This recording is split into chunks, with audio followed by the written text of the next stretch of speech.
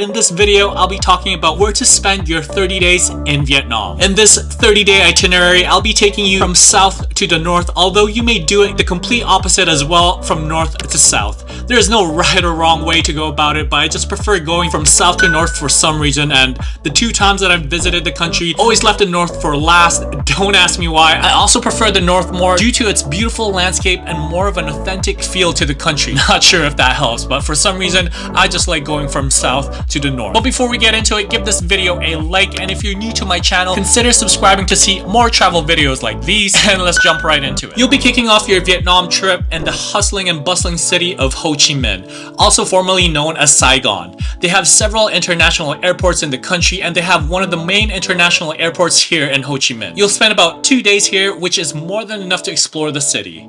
Ho Chi Minh is the largest city in the country with a population of over 8 million, and it is also the business as well as financial hub of Vietnam.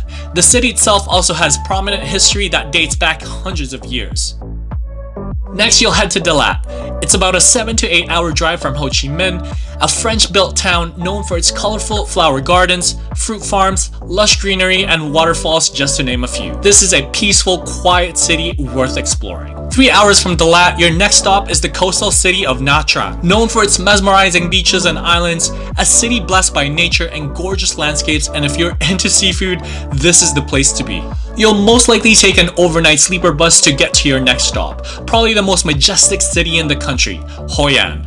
From Nha Trang to Hoi An, it's about a good 11 to 12 hours. Also known as the City of Lanterns, Hoi An is a well-preserved Southeast Asian trading port that dates all the way back from the 15th to the 19th century. The architecture of the city is an influence of cultures mixed with its local traditional style that creates this unique aesthetics of the city. Hoi An Ancient Town is a World UNESCO site. This is definitely one of those cities that you cannot miss. Next up is Da Nang. It's only about 45 minutes away from Hoi An. This is the largest city in central Vietnam, a crucial port city, and it is also the largest port in the country.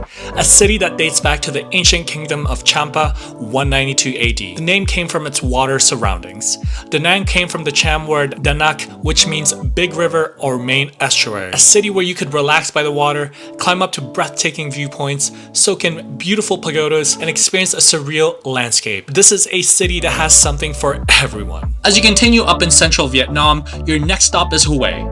Just 2 hours from Da Nang, Hue is famous for its historical sites and cultural landmarks. If you're a history buff, this is a must visit for you. I mean, you know what, even if you're not, the beauty of Hue should not be missed. Besides being dubbed as a royal land, Hue is known to hold many holy Buddhist relics, which had become a decent place of local pilgrimage. You will start to see change in the landscape as you continue moving up. Next up is Phong Nha Kebang National Park, a 4-hour drive from Hue, a place known for stunning caves and beautiful landscape.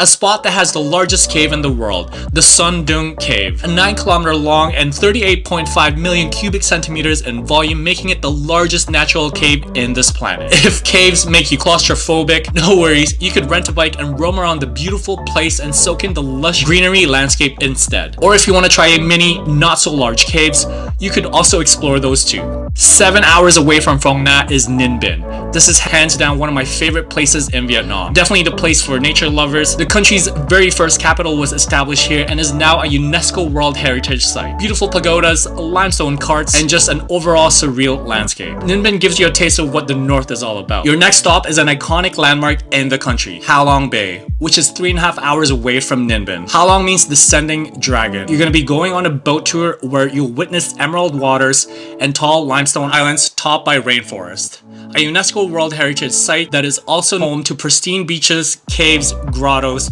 and quiet fishing villages. You will embark on a motorcycle adventure and probably the #1 thing to do in the country that you cannot miss, the Ha Giang Loop. This is a multi-day motorcycle adventure labeled to be as one of the most dangerous loops in Southeast Asia. I've created a full guide on this loop, so make sure you click on the description link above or the link in the description box down below. This, I would say, is hands down one of my favorite activities that I've done the 2 times I've been in the country. It's definitely a must. Next up is Sapa, which is about 6 to 7 hours away from Ha Giang. Once you're done with the motorcycle adventure, you will trek through the lush landscape and beautiful mountains of Sapa. Next to Ninh Binh, this is definitely one of my favorite places in the country. Whatever you do, make sure you don't skip this place. Known for its pristine rice terraces, cool mountain atmosphere, along with a community of ethnic minorities, the Hmong people amongst others. It provides stunning picturesque views and authentic experience in the villages. You will end your trip in the city of Hanoi, just about 5 hours or so away from Sapa, a city that offers a lot of cultural, historical, and architectural landmarks. A rich tapestry of experiences. After adventuring through the gorgeous northern landscape of Vietnam, a city break in Hanoi is a great way to end your trip in Vietnam. There's also an international airport here where you could fly out from as your visa ends. Well, that's it for today's video, but before you go, make sure you give this video a big thumbs up, subscribe to my channel if you haven't done so yet. Thanks for watching, and I'll catch you on the next video.